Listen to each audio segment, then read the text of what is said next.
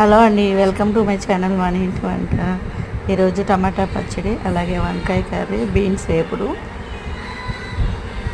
పచ్చిమిర్చి నూనెలో వేయించటం వేరు, మగ్గటం వేరండి. మగ్గించి మనం పచ్చడి చేసుకుంటే టేస్ట్ బాగుంటుంది. మన నూనెలో వేయించే కంటే కూడా మూత పెట్టి మగ్గించడమే మంచిది. అలాగే టమాటాలు కూడా అంతే, సేమ్ మగ్గించడమే బాగుంటుంది.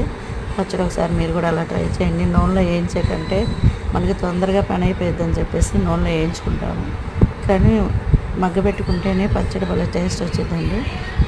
పచ్చిమిర్చి మగ్గేటప్పుడు కొంచెం ధనియాలు వేసి మగ్గబెడితే ధనియాలతో పాటు పచ్చిమిర్చి రెండు మగ్గిపోతాయి.